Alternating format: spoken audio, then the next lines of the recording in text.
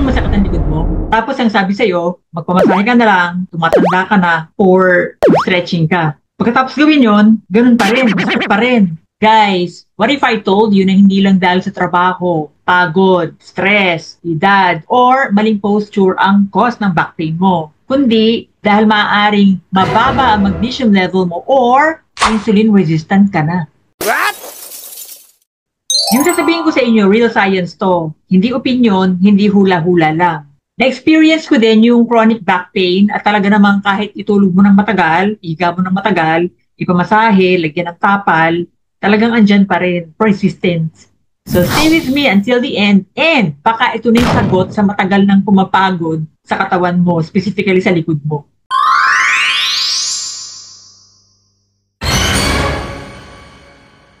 Alam niyo ba na millions of people worldwide suffer from chronic back pain?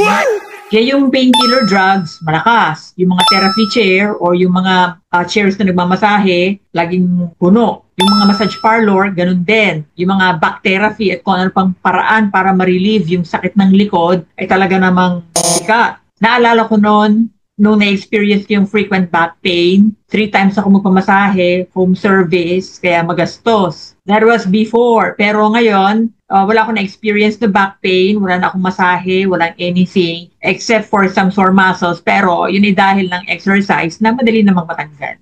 And here's the thing. Ang dami sa atin, ginagastusan na ang therapy, hilot, painkillers, antapal, pero wala namang permanenteng ginhawa. Those are just band-aid solution or temporary relief to the problem. You still feel weak, mabigat ang pakiramdam, at gusto lagi nang nakalapat ang likod. Yung simpleng lakad sa mall, struggle na. Kapag stress sa work, naninigas yung likod at talagang masakit. Parang may, alam mo yun, yung matigas, bato-bato na pakiramdam. And worse, nobody's telling you that the real cause, yung ugat, na ang akala ay normal at simpleng pagod lang. Pag sinabi mo sa doktor, re-resetahan ka ng painkiller. O kaya naman, magsi-self-medication ka na lang. Bili ng pain reliever sa butika. Let's break it down. Kasi this is not just about your muscles or bones or pagod lang. It's deeper than that. It's metabolic. According to Dr. Ben Bikman, PhD in bioenergetics and insulin resistance researcher, elevated insulin triggers chronic inflammation and nerve sensitivity. Kaya kapag insulin resistant ka, malimit mataas ang blood sugar. Ibig sabihin ng insulin resistant, ang cell mo ay nire-reject na ang insulin signal, hudyat na ito na meron kang metabolic illness. Nagiging system-wide na ang inflammation sa katawan dahil nga ng insulin resistance na yon and nakalat na sa sistema mo. Hindi ko maididetali dito ang mechanism dahil baka maburyong kayo.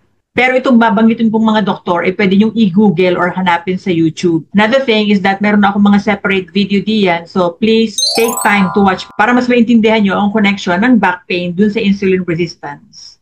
Going back, ano ngayon ang resulta kapag ikaw ay insulin resistant na? Yung ugat mo at laman, kasama ang gulugod, yung likod, ay na-inflame at nagiging hypersensitive. Back pain becomes more frequent, mas napapalimit, more intense, mas tumitindi, and more difficult to treat. Actually, yan po yung nangyari sa akin before. Dahil stressful yung trabaho ko, kapag nai-stress ako, naninigas talaga yung likod ko. Kapag hinipo mo, parang nagbabato-bato. And you feel tired, lalo na pagdating sa hapon, sa bahay. And then, nung time na yon, naka-high carb ako dati, at hindi ko pa alam yung tinatawag na magnesium. Kaya, ang solusyon ko ay salon pass, pahinga lang, pero persistent pa rin talaga yung back pain. And sabi uli ni Dr. Ben Bikman, author ng Why We Get Sick, the root of many chronic pains is poor glucose, meaning sugar, and insulin control. So pag-usapan naman natin yung magnesium. Ang magnesium ay isang klase ng mineral, and this humble mineral is involved in over 300 biochemical reactions in your body. And guess what? Kasama dito ang pagre-regulate ng insulin sensitivity. Kabaliktaran naman ito ng insulin resistance. Another na ginagawa ng magnesium ay nagpapakalma sa overexcited na nerve endings. And then ito rin yung nagpaparelax ng tight muscles. At sumusuporta sa deep sleep dahil isa ito sa nagbababa ng cortisol level or stress hormone. Sabi ni Dr. Caroline Dean, author na The Magnesium Miracle, magnesium deficiency is the cause of many symptoms that doctors treat with drugs and surgery. And chronic back pain is one of them. Alright, so pagdugtong-dugtungin natin para hindi kayo malito, yung connection ng insulin resistance, which is from high-carb diet, and magnesium. Nasobrahan ka sa refined carbs at sugar. Ano nangyayari? Over time, you become insulin resistant sa halip na ikaw ay insulin sensitive. So, ano mangyayari again? Hihirapan ang katawan mo at tumataas ang level ng inflammation, yung response ng katawan kapag merong sobra or hindi tama dyan. Bakit? Meron ka kasing excess glucose. Dahil meron kang excess glucose at naging insulin resistant ka na or nagiging insulin resistant ka na, nadideplete o nadidrain ang magnesium bunga ng araw-araw na stress kasi wala namang tinatawag na stress-free life. With that stress, kasama yung sugar and food diet, what do you get? Nagkakameron ka ng muscle spasms and then yung nerves mo nagiging hypersensitive. At doon nag-o-occur ang back pain, muscle cramps, kasama yung mood swings, and chronic fatigue. So nakita niyo yung connection ng insulin resistance at saka ng magnesium. At yun ang hindi alam ng marami. And yet, people just pop painkillers without fixing the metabolic root cause. So, anong simpleng solusyon doon na hindi temporary, kundi permanent? Simple. Low carb plus magnesium equals relief. Permanent. Doon sa solusyon na sinabi ko, you don't just mask the pain. You reverse it from the inside out. So, what can you do today? Anong sisimulan natin gawin?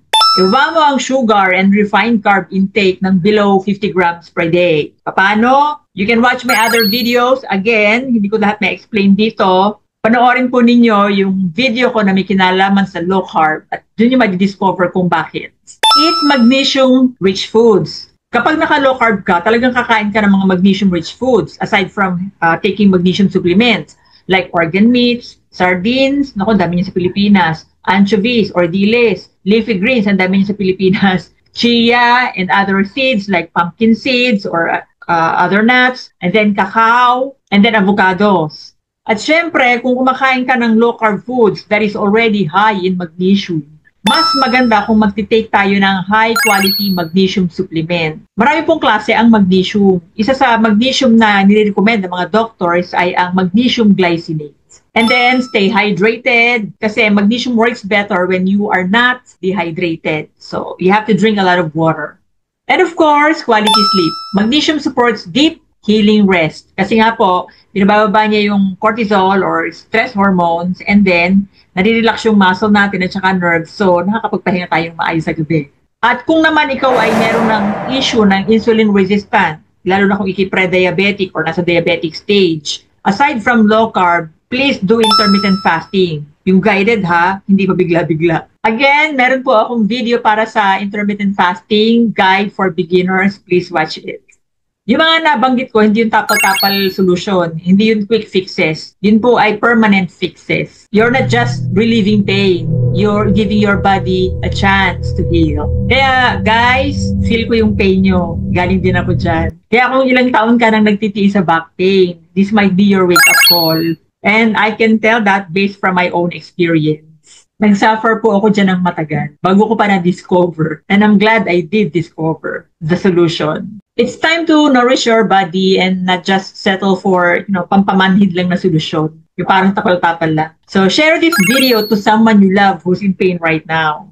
Comment down below, no to back pain, kung hate mo na yung feeling na to. And, yes to magnesium. Comment mo kung na-realize mo na baka ito pala yung kulang mo sa katawan mo.